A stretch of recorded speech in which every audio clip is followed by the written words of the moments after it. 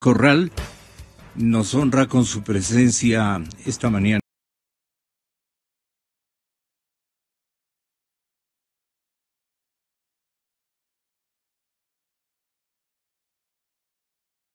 Nosotros muy convencidos de que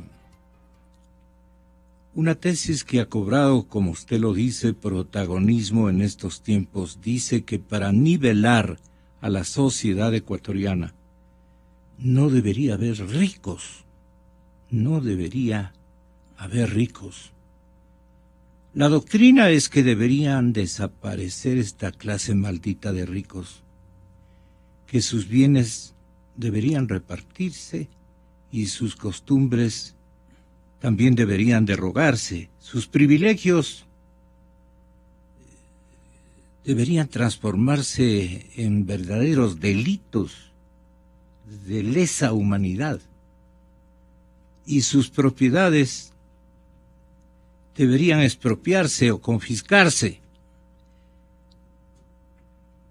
que sus derechos deberían cancelarse y que todos seamos igualitos. Esto hará que el empleo lo genere el Estado, que los sueldos los pague cualquier ministerio, que la aspiración mayor sea palanquearse un puesto o, como los españoles en el franquismo decían, conseguir un destino. Qué interesante. Si la hipótesis se cumple, los ricos, dice el doctor Fabián Corral, los ricos y todos los demás seremos dependientes, no del empresario grande o chico, sino del político. Seremos hijos del poder, compadres de la suerte electoral o del señor director de la burocracia. Así seríamos. Pero ocurre que sin los ricos no habrían tributos, no habrían quien paguen impuestos del trabajo que ellos mismos creen. No habrá innovación, habrá el infinito aburrimiento del destino marcado por el discurso y el presupuesto estatal. Pero sin los ricos que auspiciaron o financiaron a los curiosos y a los locos y a universidades privadas, no habría energía eléctrica, no habría teléfonos, no habría el celular, no habría el Google, no habría el rayo láser, no habría la computadora. Y así va desarrollando, doctor, usted su idea. Un poco, pongamos un término muy criollo para que nos entiendan.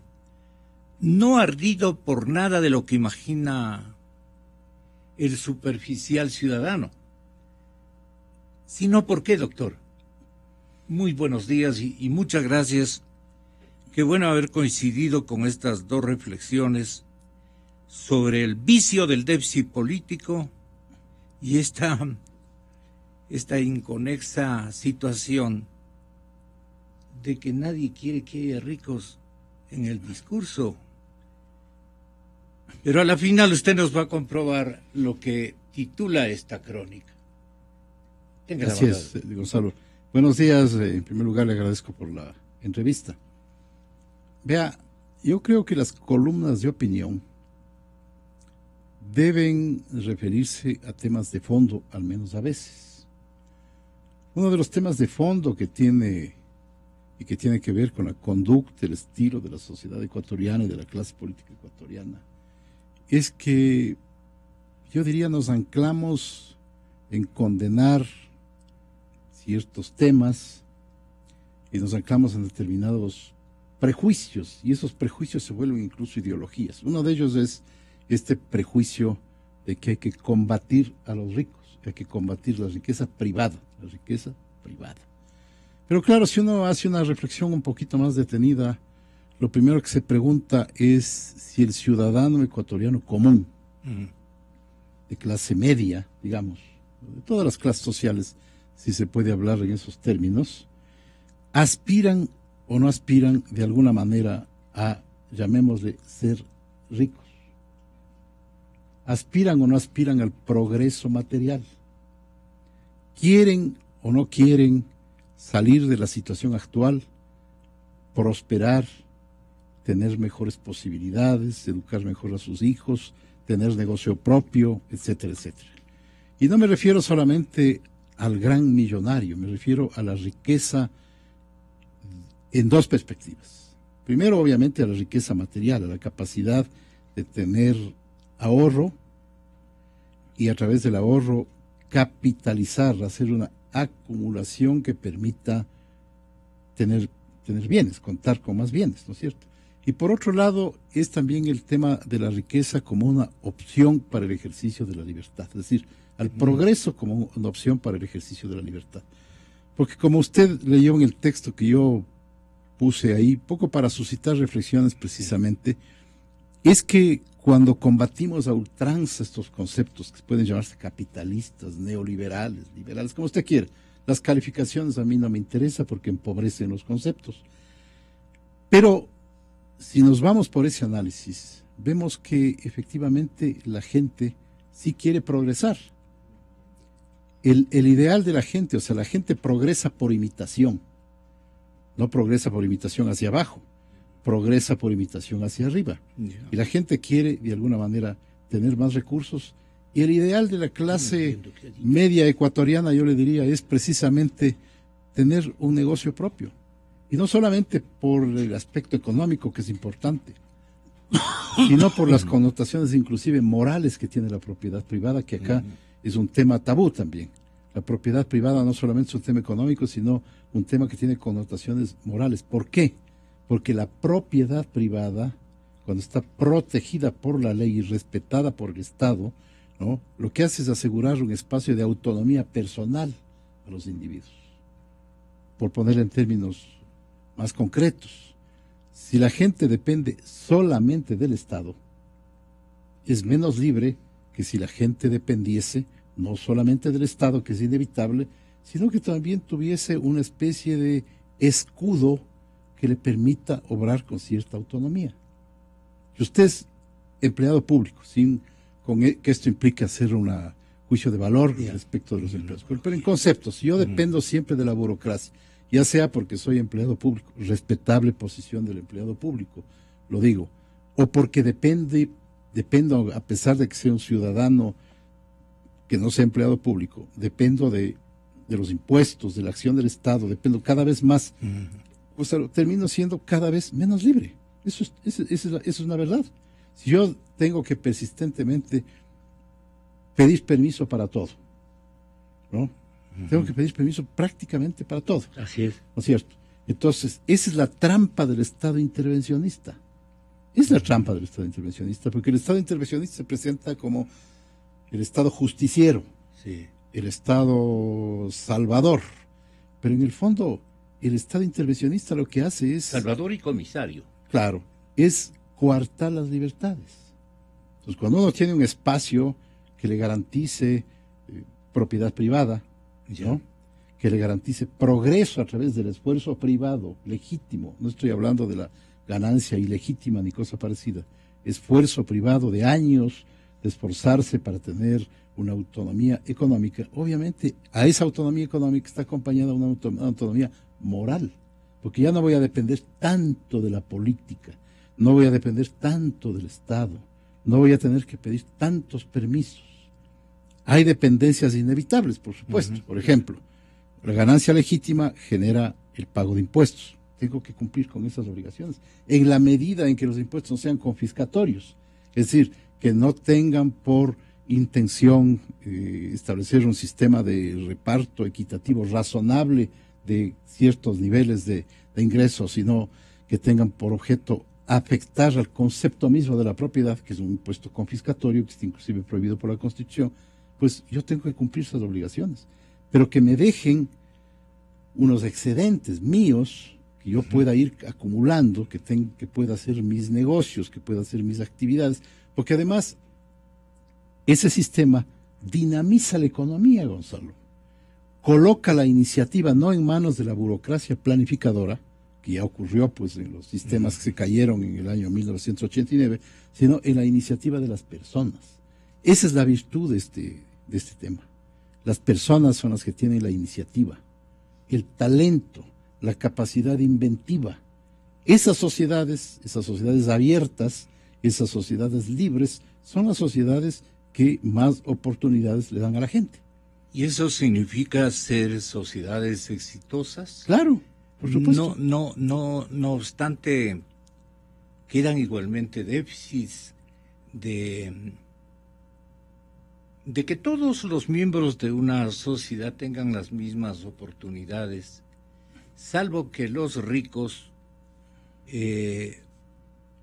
después de un largo trajinar de sacrificios, de empeños, de creatividad, inclusive de arrestos, se necesita ser valiente para el emprendimiento. Por supuesto, no es fácil. Ya, pero el otro, que quedó más bien en una dimensión de clase media, aspira a llegar a ser por rico. Supuesto, pero siempre aspira, pongámoslo pero en un no término, quiere arriesgar, claro. no tiene las posibilidades. Es que démosle las posibilidades, Gonzalo. Eso es lo que hay que hacer. Esa parte explíquenos. Es lo que yo digo. Si una persona de clase media tiene aspiraciones, la obligación del Estado es permitir que las libertades de ese ciudadano adquieran connotaciones materiales, darle posibilidades, entregarle una infraestructura de posibilidades para que el individuo, por su propio esfuerzo, llegue a la plenitud personal.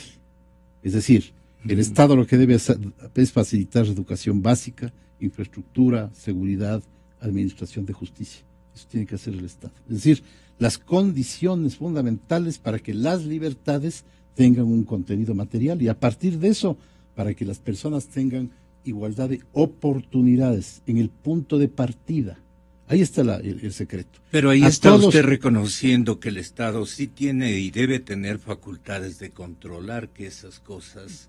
A ver, yo le diría más que facultades de controlar, tiene misiones que cumplir, comenzando por ahí. Por ejemplo, una misión es el control, pues. Yo diría, una misión es, por ejemplo, darle educación, buena educación a la gente, a toda la gente. ¿Ya? Tiene que haber posibilidades, oportunidades y tiene que haber reglas jurídicas claras, Gonzalo. Eso es lo que se llama el Estado de Derecho. Reglas preestablecidas, claras, que la gente le permitan ejercer sus libertades sin cortapisas y sin sanciones y con unos límites razonables que están dados por el concepto de justicia y por el concepto de equidad. Pero esos conceptos tienen una línea gris muy particular y muy complicada, porque del concepto de justicia yo puedo pasar a un concepto controlador que en definitiva lo que haga es quitarle las posibilidades, las oportunidades y las iniciativas a la gente. Lo que ha pasado en los países socialistas. Ejemplo, la Revolución Cubana. El gran ícono de la intelectualidad latinoamericana, Gonzalo. Ícono porque es lo máximo. Sí. ¿En qué ha quedado el ciudadano cubano común? A ver. Ese es de llorar ese destino al que ha llegado. A ver, ese ciudadano tiene espacios de libertad. No. A pesar de que acá se anda diciendo que es una democracia ejemplar. Lo sé, yo estuve hace algunos años en Cuba y creo que a lo mejor estoy equivocado de país, yo lo que vi es otra cosa. Un sistema de control férreo sobre la gente. La gente no puede, o hasta hace poco tiempo por lo menos, y aún ahora, no puede ni siquiera viajar. Yo quiero mañana, todavía en el Ecuador, irme al Perú, me voy. ¿Sí? Me voy en bus, me voy en automóvil o me voy en avión, pero me puedo ir. El hecho es que puedo ejercer la libertad de movilización. Si quiero todavía en el Ecuador hacer una inversión en el Perú, puedo hacer con todas las dificultades que ya se van presentando. ¿Por qué? Porque tengo una meta, Gonzalo. Y la meta en términos familiares, que es lo importante, es sí, crecer, tener patrimonio. Y el patrimonio igual, Gonzalo, no tiene solamente una connotación material, tiene una connotación moral. ¿Por qué? ¿Para qué hace o hacemos patrimonio las personas de clase media? como dice vulgarmente la gente, con mucha sabiduría y profundidad, para dejarle algo a mis hijos. Para eso se esfuerza, ¿no es cierto?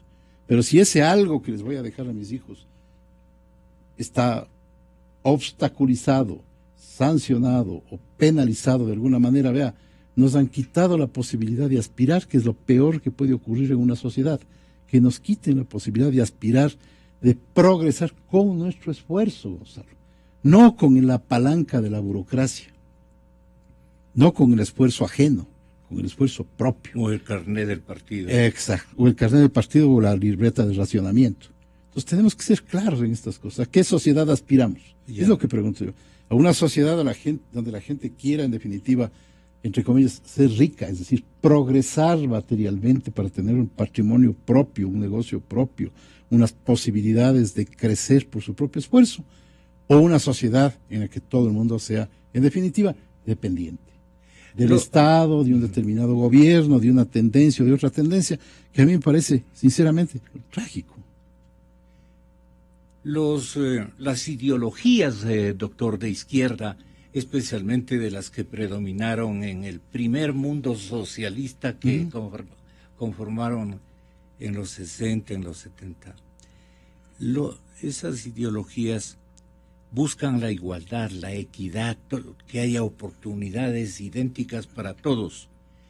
Y claro, eso cuando uno es muchacho nos parece fantástico, ¿no? Pero como dice el dicho, Gonzalo, una cosa es con guitarra y otra cosa es con violín. Así es. Entonces la ideología, cuando uno lee Marx,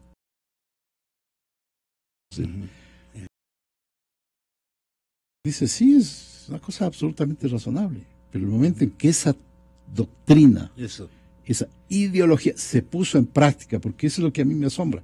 Estamos hablando nuevamente del socialismo, pero el socialismo ya estuvo vigente en la Unión Soviética, ex Unión Soviética, y en todo el este europeo.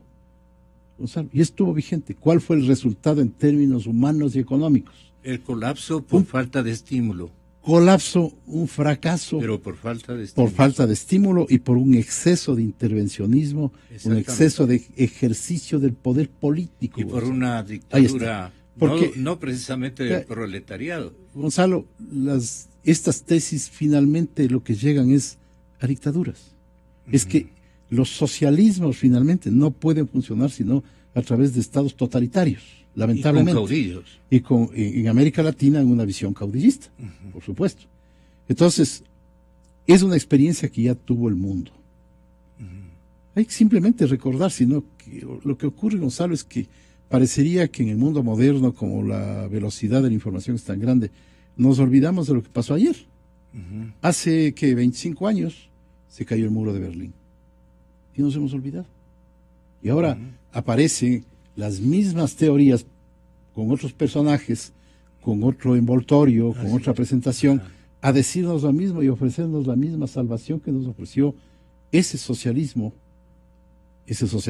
totalitario que se cayó y que destruyó a esos países que todavía no terminan de salir de aquello. Nos hemos olvidado.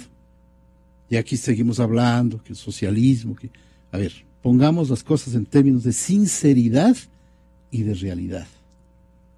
Entonces hemos inventado una serie de satanizaciones, yo diría con el fin de distraer la atención del debate, ¿no es cierto?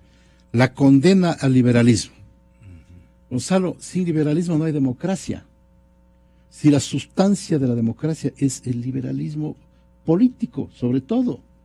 Y sin embargo, juzgamos al liberalismo y hacemos generalizaciones, confundimos el liberalismo económico con el liberalismo político y terminamos condenando a todo liberalismo. Pero si la revolución del general Alfaro no fue una revolución liberal, ¿o qué fue? Entonces, ¿cómo es que ahora condenamos el liberalismo y ponemos como ejemplo de político ecuatoriano al general Alfaro?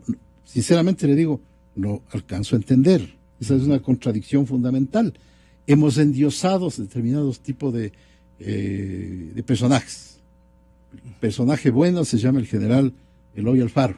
El personaje malo se llama el presidente García Moreno. Y sin embargo, la ideología del general Alfaro la condenamos. ¿Cómo es esto? No entiendo. ¿O de qué estamos hablando? ¿De qué manera usted ha visto en la administración Correa ese Ese es un poco el ícono, ha sido el general Alfaro. un tiempo cuando le sirvió? Sí, el general Alfaro. Hicieron el templo ¿No es cierto? Eso, todo lo que ocurrió en Montecristi y todo lo demás, el general Alfaro, bueno, ok, pero hagamos una discusión, si quiere usted, llamémosle académica, digamos, a ver, sí. ¿Qué proponía el general Alfaro? Liberalismo. ¿Qué proponía la Revolución Francesa? ¿Qué es el liberalismo para los muchachos que nos están escuchando? No entienden.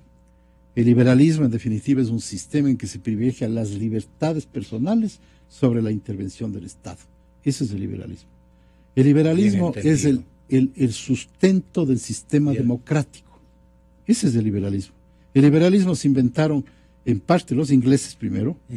Los primeros liberales del mundo fueron los señores feudales ingleses y los comerciantes ingleses que le pusieron freno y límite al rey hace, precisamente en estos días se celebran 800 años de la Carta Magna, pero como no sabemos de historia, ¿qué es la Carta Magna? Un documento claramente liberal, donde hay límites al poder político. Al rey Juan le pusieron límites y le quitaron la tierra, Gonzalo, a tal punto que a ese rey se le conoce en la historia como el rey Juan sin tierra. ¿Y eso fue obra de quién? De unos señores adelantados, de unas personas adelantadas a la historia, que en el año 1215, arriesgando la vida, y algunos de ellos muriendo, hicieron que el rey expida la famosa Carta Magna inglesa, que es el primer documento liberal moderno, y que después sirvió de inspiración de alguna manera a los teóricos liberales franceses en el siglo XVIII, a Rousseau, a John Locke, en Inglaterra y todo lo demás. Pero como no entendemos historia, nos quedamos en estas satanizaciones. El liberalismo, qué miedo. Oiga, señor, pero si la democracia es liberalismo político, ¿o no? Y la aspiración a que la gente progrese es de alguna manera liberalismo económico. Yo no planteo, Gonzalo, y creo que yo he sido bastante claro en esto, el capitalismo de casino, como le llamo yo. Es decir, el capitalismo que consiste simplemente en el manejo de la bolsa, en la especulación financiera, todo eso. No. Yo creo en un liberalismo productivo y en un liberalismo político. Pero claro, acá condenamos todo, enredamos todo, identificamos lo uno con lo otro y llegamos a unas conclusiones equivocadas. En definitiva, si usted escucha un poco el discurso que predomina en el Ecuador y en América Latina, es que aspirar a ser rico es malo. No, Gonzalo, es bueno en la medida en que la riqueza genera efectos colaterales, inclusive no deseados, lo que se llama la teoría de la mancha de aceite. ¿En qué consiste? Adam Smith decía eso. La persona que tiene una cervecería o una panadería lo hace porque quiere ganar dinero, pero produce efectos colaterales, aunque sean no queridos, que son beneficiosos para la sociedad. Generación de empleo, riqueza, inventos, imaginación. Esa es la teoría de la mancha. Usted dice, sin los ricos no habría acumulación productiva. Claro, porque vea. ¿Y para qué sirve los jóvenes que nos están escuchando? ¿Y para qué sirve entonces la acumulación productiva? ¿Para qué los recursos ganados ilegítimamente y siguen con la perorata? Teoría, bla, bla, bla, bla, bla. El discurso marxista. Vea, Gonzalo, el problema de los países de América Latina es una cosa que se llama el bla, bla, bla, bla. Yo todos los días escucho el bla, bla, bla, bla. El momento en que uno trata de entender qué es lo que hay atrás del bla, bla, no hay nada, Gonzalo. Lo que hay es una ausencia de planteamiento político y un exceso de discurso político. A la gente, además, y un exceso de afán y de propósito y de interés de decirle a la gente la verdad. Aunque la verdad no siempre es cómoda. Hay que decirle, hay que señalarle. La sociedad ecuatoriana no es perfecta. No somos perfectos, nadie es perfecto. Y claro, cuando señalamos un punto de incomodidad, obviamente eso nos molesta, pero tenemos que aprender a asumir aquello y a poner en debate temas incómodos, Gonzalo. No de interés político inmediato, porque obviamente eso ya es un tema agotado que a mí absolutamente no me interesa. Se conectan de alguna manera la libertad, la ambición dentro de la escala del emprendimiento, la ambición dentro de la escala del emprendimiento, la iniciativa, la creatividad. las ganas de ser algo más que... Eso es. Exactamente. Eso es. ¿Algo más en qué sentido? En docilidad frente a qué, doctor. Frente al Estado, ¿no? Frente al Estado, frente al modelo. Uno tiene que aprender a ser libre, y ser libre no es fácil. Es difícil, es trabajoso, es riesgoso, pero no queda más remedio. Es un momento en que la gente tiene que decidir, o se es libre o no se es libre. Yo prefiero la libertad con todos los riesgos, porque yo sé que hay riesgos. Decir estas cosas, claro que supone riesgos, sí, porque es tocar ciertos temas sensibles, sí, que a la gente a lo mejor o no entiende o no le gusta. Y les molesta a los unos y a los otros. Claro. Lo que estamos aquí analizando y lo que el periodista pregunta, los unos le dicen derechoso, los otros le dicen confundido, izquierdoso. Lo que pasa es que, Gonzalo, como le digo, las satanizaciones y las simplificaciones nos están quitando sustancia a la política, inclusive a la política, porque simplemente es el momento que usted quiere anular un debate, no simpatiza con otra persona, simplemente le califica neoliberal, ya se acabó, comunista, se acabó. No, y si es neoliberal o comunista, igual es una persona respetable a la que hay que escucharle, hay que volver a plantear el debate con un escenario respetuoso, no de descalificación. Yo decía en el otro día un artículo de prensa... ¿Por qué abundan los dogmáticos últimamente? Ya siempre han abundado, pero hay épocas en las que prospera más el dogmatismo, ¿no es cierto? Pero es que ahora han estado en el panel de miel. Claro, hay una cantidad de dogmáticos y el dogmatismo, le digo, es algo que anula inclusive a las personas, porque nos quita un poco la capacidad de reflexión. ¿Por qué? Porque el dogmático cree que siempre tiene la verdad y que esa es la única verdad. Así. Entonces, ¿cómo usted puede discutir con un dogmático? No puede discutir con un dogmático. ¿Y es una enfermedad eso? Es una especie de deformación intelectual que viene desde toda la vida. Siempre ha habido dogmáticos. Las religiones, Gonzalo, las religiones siempre han incurrido en ese pecado. La religión católica, claro, de alguna manera ahora tratan de salir de aquello, pero ahora la religión católica estaba basada en un dogmatismo, en un absolutismo estremecedor, en que no se admitía pues ninguna desviación de la doctrina, ninguna. Y lo mismo ha pasado con las tendencias de derecha y de izquierda política, digo usted, el fascismo. Ninguna desviación. El socialismo, ni se diga. El socialismo, yo me acuerdo que en cierta época, en los años 70, se hablaba del desviacionismo. Este es un desviado. ¿Por qué? Porque inclusive algunos socialistas matizaban un poco el socialismo. Ah, no, hay que descalificar, porque es lo que se llama el pensamiento único. El pensamiento único es lo más grave y es el peor enemigo de la democracia, porque la democracia se basa en la competencia, Gonzalo, a pesar de que parezca un término odioso, en la competencia política, competencia donde debe haber 2 o 3 opciones ideológicas o propuestas para poder reelegir. Eso se llama competencia. Ya. Esa competencia igual tiene que animar a la economía privada. Competencia. Para que la gente sepa elegir. Porque si no tenemos competencia, ¿qué elegimos, Gonzalo?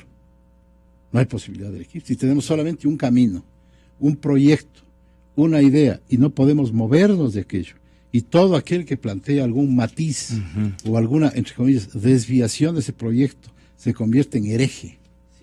Porque ahora en el tema político existen una cantidad de herejes, ¿no? Aquellos que no adhieren a una determinada tesis son herejes. Gonzalo, tenemos que aprender que la democracia, sobre todo la democracia, si queremos entender a la democracia más allá de un concepto puramente electoral, la democracia está animada de un valor moral muy importante. ¿Cuál es ese valor moral? La tolerancia. Tenemos que ser tolerantes, tanto cuanto nos sentamos a discutir un tema o cuando tengamos que competir electoralmente por una opción de poder. Tolerancia, no dogmatismo. Última cosa, Jorge Pareja Yanuseli, en breves instantes. Ay, Carlos, mil perdones, ingeniero. Que chica, vea. Corrija, yo conozco el nombre de él. de muchos años acá. Pero siempre hay la posibilidad de equivocarse. Sí, de equivocar, porque estamos además, Gonzalo, uno debe tener hasta el derecho a equivocarse. Así a propósito de su lapsus. Pero bueno, eso es lo que yo le puedo decir. Sí. Yo creo que en el Ecuador tenemos que debatir esos temas de fondo. ¿Por qué es que todo el mundo quiere ser rico? Porque es una tendencia natural de la gente, de progresar. No le pongan términos de que ser rico. La gente, como tendencia natural, quiere o no quiere progresar. ¿Quiere o no quiere ser más libre? ¿O quiere o ser más dependiente? Esa es la pregunta que hay que hacer. A cualquier persona, ¿usted quiere progresar o no quiere progresar? Si a ese progreso en términos económicos le llama riqueza, patrimonio, ok. ¿Quiere usted progresar intelectualmente? Va a decir, pero claro, por supuesto. Nadie quiere bajar las gradas. Claro, ¿no? Y hay gente que dice, yo sí quiero ser rico, pero sin favor estatal. Sino desde el lado privado. Eso es el tema. El problema es que la riqueza puede tener una connotación ilegítima, que ese es otro tema, del cual también podemos hablar. Yo me estoy refiriendo a la riqueza legítimamente, a la riqueza legítima, al patrimonio bien habido. A eso me refiero yo. Sí. El otro, no es, yo diría, ni siquiera es la riqueza a la que yo me refiero. Sí. Es una connotación de otra naturaleza que obviamente no se puede uno defender. Ese es otro tema, porque de lo que estamos hablando acá es de la riqueza bien habida primero, y de la riqueza o del rico que cumple con sus obligaciones laborales, tributarias, ambientales y sociales. Porque la riqueza además genera el cumplimiento de obligaciones. No del rico escondido. No del rico escondido, ni del rico que no sabe explicar cuál es el origen de su patrimonio. El rico, llamémosle rico, la gente que progresa por su propio esfuerzo, pero que tiene todo a la luz pública. Yo he hecho esto con mi esfuerzo. Okay. Claro. He pagado mis impuestos, he cumplido mis obligaciones, he afiliado a mis trabajadores al IES, he pagado las prestaciones. Es decir, eso es, hay que poner, lo que pasa es que cuando uno es ese tipo de empresario, ¿no? Uno vive en vitrina, ¿cierto es? Y debe vivir en vitrina porque tiene que hacer patente todo aquello, porque la legitimidad viene de la publicidad, Gonzalo, no en el sentido de andar todo el tiempo en el Facebook, sino de la publicidad. Quiere decir, yo tengo todo transparente. El que quiera averiguar, que venga nomás y averigüe. ¿Cuál es el origen de mi patrimonio? Ese es el origen de mi patrimonio. He pagado impuestos, he cumplido con mis obligaciones laborales, he cumplido con mis trabajadores, he generado empleo o no he generado empleo. Ese es el punto. Doctor Fabián Corral, muchas gracias Gonzalo, por haberme acompañado en esta mañana. Carlos Pareja Llanuselli, gerente de Petroecuador o presidente ejecutivo de Petroecuador, está con nosotros en 2 minutos.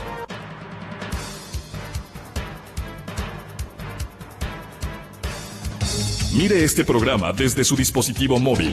Digite www.xfm.net/video. www.xfm.net/video. Inicio de espacio promocional y publicitario. Ya has superado todos los retos y cada vez estás más cerca de lograr lo que quieres. Vamos, a fondo, sin vacilar un segundo, porque cada instante cuenta. Y en Oriente Seguros lo sabemos muy bien. Es por eso que con buena fe y dedicación estamos listos para respaldarte en cada aventura que emprendas y ayudarte a alcanzar el triunfo. Oriente Seguros, más sólida, más ágil, más cerca. www.segurosoriente.com. ¿Quieres ser quien construye el futuro? Estudia en la Universidad Internacional SEC. Inscripciones abiertas. Mi nombre es Jaime y la medicina es mi vida. Desde muy pequeño supe que hacer que los demás tengan una vida mejor sería mi profesión. Lo que nunca imaginé es que la recompensa más importante la recibiría en una mirada.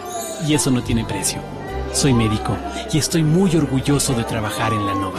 Nova Clínica Santa Cecilia. Emergencia y ambulancia 24 horas. Cuidados intensivos de adultos, recién nacidos y prematuros. Cirugía alta complejidad. Quirófanos amplios, equipos con tecnología de punta. La Nova. 20 Milla y 10 de agosto. La amistad no tiene límites, pero cuando hablas por teléfono, la famosa regla de 3 minutos. Llamar, hablar 3 minutos y colgar. Amigui, el chico que te gusta ayer me dijo que Ups, será para la otra, ya están 3 minutos, bye. Qué bueno que el Superchip de prepago vino a romper esta regla, porque ahora puedes hablar con tu Superpana Movistar sin colgar, a solo 1 centavo masiva por minuto. ¡Sí! Sino todos los que quieras, a solo 1 centavo masiva. Registra tu Superpana de Movistar al *444. Precio final 0.012. Aplican restricciones. Más